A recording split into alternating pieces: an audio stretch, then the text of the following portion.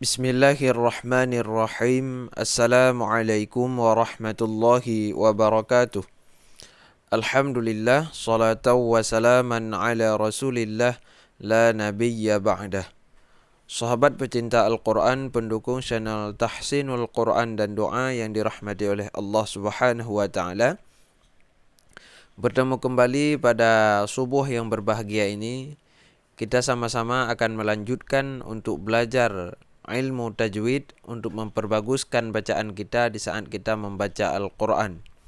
Karena dalam membaca Al-Quran itu tidak dengan semudahnya kita bisa membaca dengan seenaknya. Jadi harus ada tahap-tahapnya untuk kita belajar ilmu-ilmu tentang Al-Quran.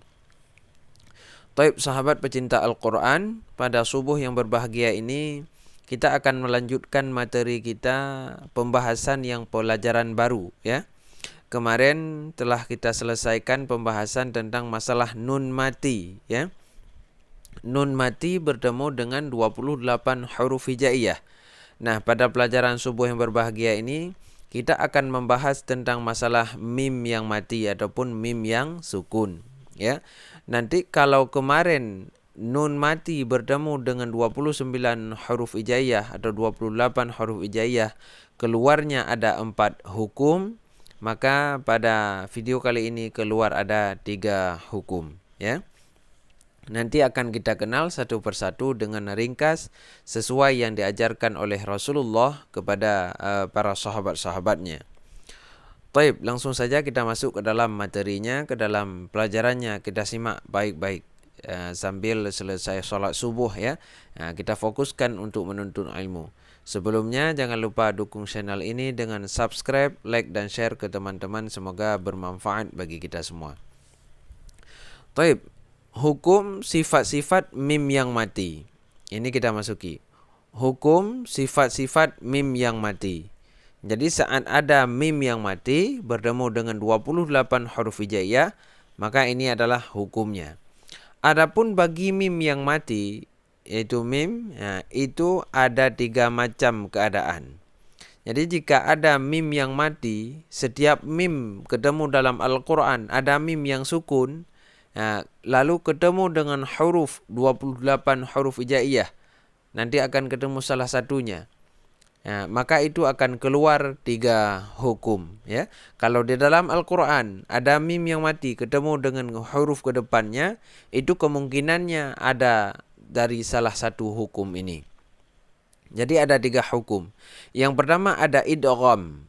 Idgham ini bisa dikatakan idgham mimmi ataupun idgham mutamassilain ya. Ini ada yang menamai idgham mimmi, ada yang mengatakan idgham mutamassilain. Yang kedua ada ikhfa. Ada ikhfa. Ikhfa ini dinamakan dengan ikhfa syafawi ya. Ikhfa syafawi. Kalau di nun mati di sana itu dinamakan dengan ikhfa hakiki. Kalau di sini dinamakan dengan ikhfa syafawi. Yang ketiga ada idhar. Idhar. Idhar. Nah, bacaannya idhar yang benar ya. Har, ikhfa panjang kalau kita baca dengan tajwid ya. Ini dinamakan dengan idhar syafawi. Ya, ada 3, ada idgham mimmi ataupun idgham mutamatsilain, ada ikhfa syafawi, ada idhar syafawi. Ada 3 hukumnya. Nah, sekarang akan kita bahas satu persatu. Yang pertama yaitu idgham mutamatsilain ataupun idgham mimmi. 1, masanya diidghamkan. Jadi kapan masanya kita idghamkan? Ialah manakala ia disambut oleh mim pula. Namanya ketika itu idgham mutamatsilain. Jadi masa adapun ketemu dengan idgham adalah di saat mim ini sukun bertemu dengan selanjutnya yaitu dengan huruf mim juga. Maka saat itu dinamakan dengan idgham mutamatsilain. Membacanya berdengung ya, dengan dengungnya yang sempurna dinamakan dengan ghunnah kamilah ya. Jadi idgham mimi itu di saat ada mim sukun yang ke depan mim sukun itu bertemu lagi dengan huruf mim. Itu dinamakan dengan idgham mimi atau di sini disebut idgham mutamatsilain. Jadi kita baca dengan dengung. Dengung itu panjangnya 2 harakat, adapun dinamakan dengan gunnah kamilah, yaitu dengung yang sempurna. Itu yang pertama, ya. Kalau ada mim mati bertemu dengan mim, maka itu dibacanya dengan cara berdengung 2 harakat. Dinamakan dengan idgham mutamatsilain ataupun bisa disebut dengan idgham mimmi. Kita lihat ke contohnya biar lebih mudah untuk kita fahami. Nah, ini sebagai contoh untuk idgham mimmi, ya, atau idgham mutamatsilain yang barusan kita sebut. Jadi ada mim sukun, ini mim sukun, bertemu ke selanjutnya adalah dengan huruf mim. Maka ini hukumnya adalah idgham mutamatsilain, bacaannya dengung 2 harakat. Kita baca. A'udzu billahi minasy syaithanir rajim. Lahum mathalan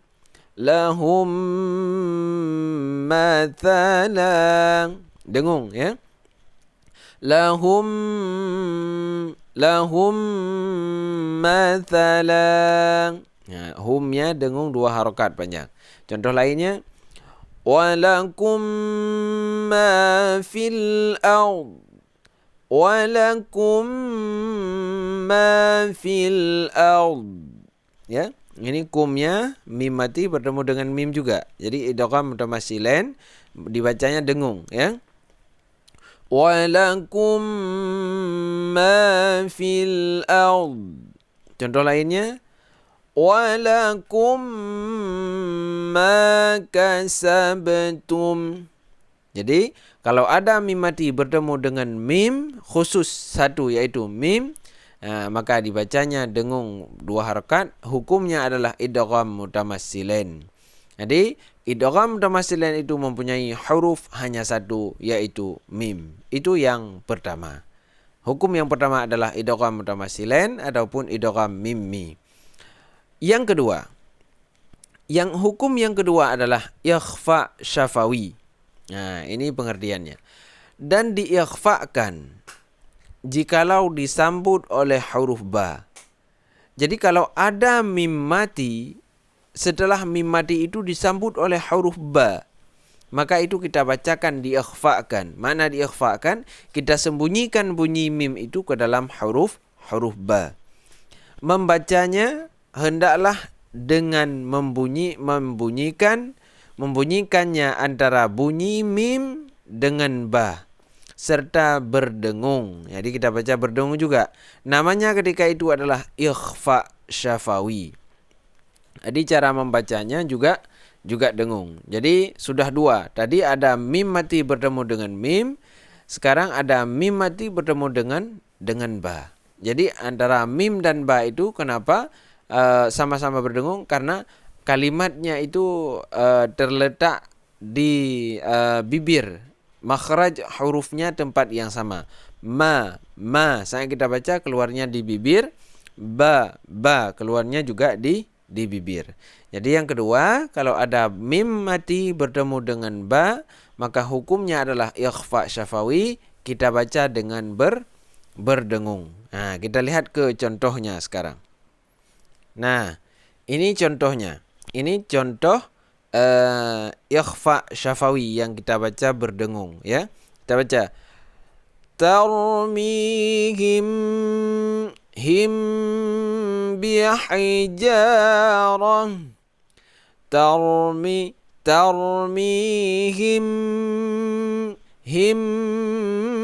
dengung 2 harakat. Tarmihim bihijaratim min sijil. Nah, kalau kita sambung sampai habis, ya. Ini kita baca tarmihim bihijarah. Dengung 2 harakat, ya. Contoh selanjutnya, wahum bil akhirah Wahum wahum bil akhirah. Nah, hum ini juga dengung, panjangnya dua, dengungnya dua harakat. Contoh yang ketiga, ya'tasim billah. Ya'tasim billah.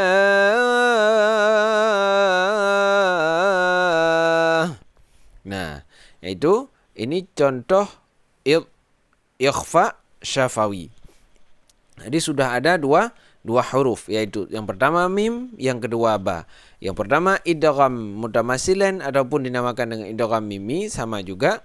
Yang kedua ikhfa syafawi. Sudah ada dua hukum. Nah, dua-duanya itu dibaca dengan berdengung, ya. Berarti sudah ada dua huruf, yaitu mim dan ba. Nah, dari 28 maka sudah kurang dua huruf, yaitu mim dan ba.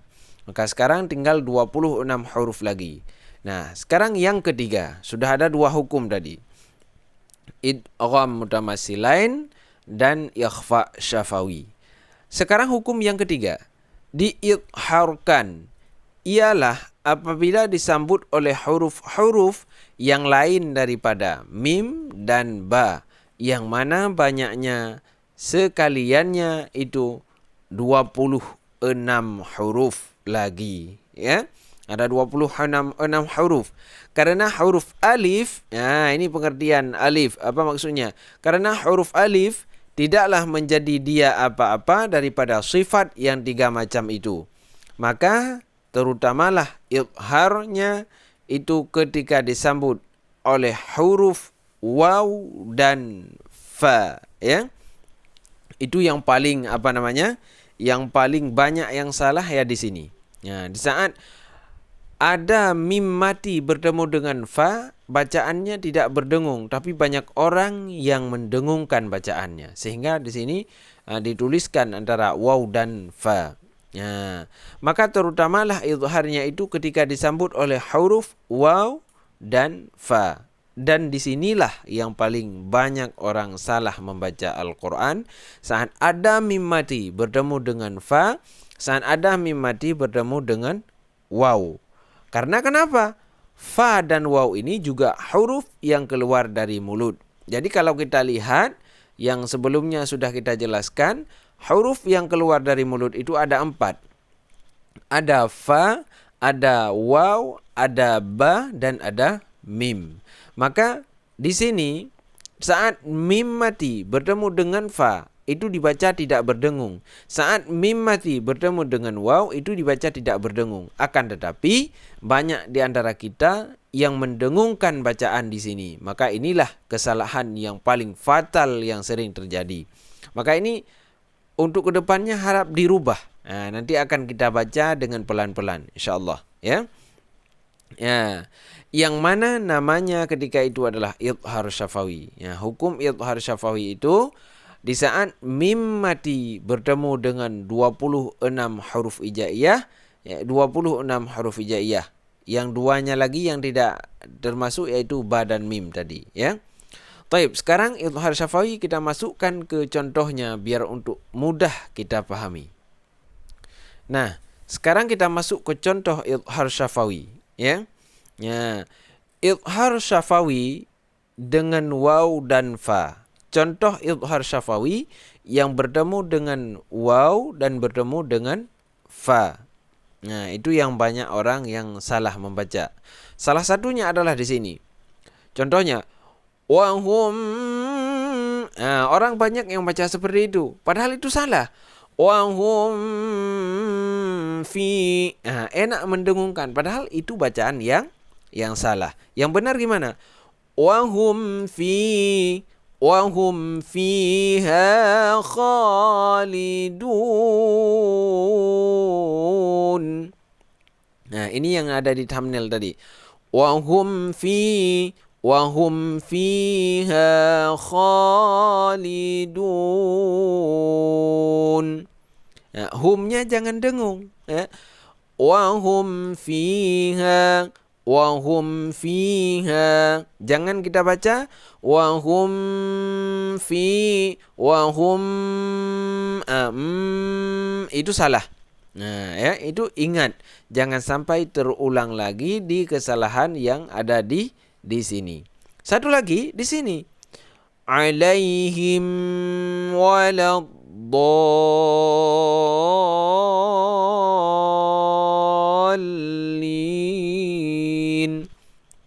Himnya tidak dengung. Jadi langsung. Ghairil maghdubi alaihim waladdallin.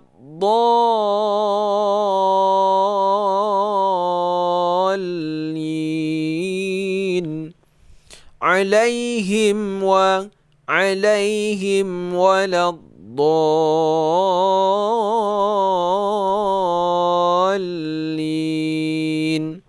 Ya, jangan ghairil maghdubi alaihim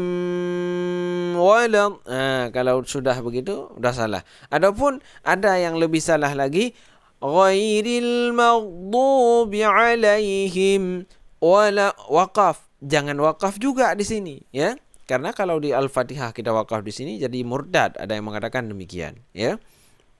Jadi hati-hati. Yang pertama, saat mim sukun bertemu dengan fa, dibacanya tidak berdengung. Dia itu dibaca dengan samar, dengan secara jelas, ya. Jadi tidak kita dengungkan. Ya. Tidak kita baca dengan berdengung. Itu diingat. Yang pertama mim bertemu dengan fa, yang kedua mim bertemu dengan waw, itu yang paling utama. Dan yang kedua yaitu idhar biasa dengan huruf-huruf selain waw dan fa. Nah, dengan selain huruf waw, fa, ba, dan mim. Nah, ini idhar biasa. Jadi tidak tidak berdengung juga. Yang namanya idhar maknanya menyatakan, yaitu kita baca secara nyata. Jadi tidak berdengung, ya. Jadi kita baca tidak berdengung. Ya. Contohnya misalnya yang tidak berdengung. Awalam ta'lamu lam langsung, ya. Tidak awalam tidak berdengung. Kalau kita baca berdengung maka salah bacaannya. Baik, selanjutnya ini contoh selanjutnya. Minkum thalatha. Ya, contoh selanjutnya. Amjannah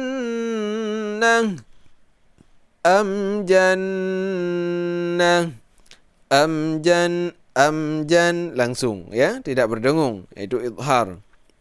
Selanjutnya kita baca am hasibtum.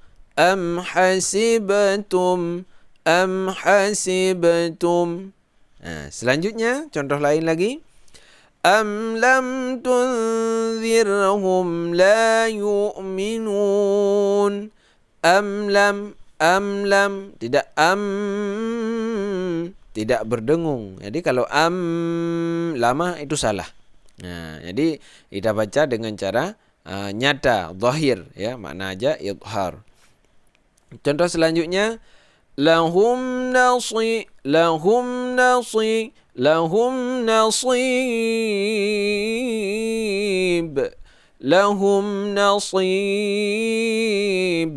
Ya, tidak berdengung juga.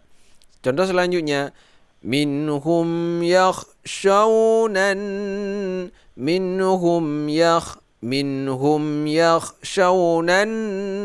nas. Ya. Mim mati bertemu dengan ya. Ini contoh ini, mim mati bertemu dengan ta, mim mati bertemu dengan tha, mim mati bertemu dengan jim, mim mati bertemu dengan ha, mim mati bertemu dengan ta, mim mati bertemu dengan lam, mim mati bertemu dengan nun, mim mati bertemu dengan ya. Jadi semuanya ada 24 lagi, yaitu tadi yang kita keluarkan ada mim, ada fa dan waw. 24 sebenarnya ada 26, tapi yang dua ini dikhususkan lebih dahulu. 24 itu kalau semuanya 26, Jadi 26 itu kita baca dengan tidak berdengung saat membaca. Mim sukun bertemu dengan 26 huruf tersebut. Nah, maka hati-hatilah saat membaca Al-Quran, kita harus teliti, ya. Kita harus menyesuaikan bacaan kita sesuai dengan makhraj hurufnya, sesuai dengan tajwidnya, apa yang telah diajarkan. Nah, maka video yang ada di Tahsinul Quran dan Doa ini, kalau Anda istiqamah dalam mendengar setiap subuh, setiap ba'da subuh dan setiap habis asar, insyaallah akan memudahkan kita semua dalam membaca Al-Quran pelan-pelan. Karena sedikit-sedikit lama-lama akan menjadi bukit. Kalau bahasa Jawanya alon-alon, arak lakon kalau nggak salah. Saya juga lupa Jawanya karena udah 2 bulan nggak di Jawa ini. Karena belum bisa balik. Mohon doanya agar bisa kembali ke Pulau Jawa untuk bisa kita belajar Al-Quran bersama-sama. Taib, untuk hari ini cukup segini dulu, kita akhiri dengan wallahul muwaffiq ila aqwamit thariq. Jangan lupa subscribe, like dan share ke teman-teman. Assalamualaikum warahmatullahi wabarakatuh.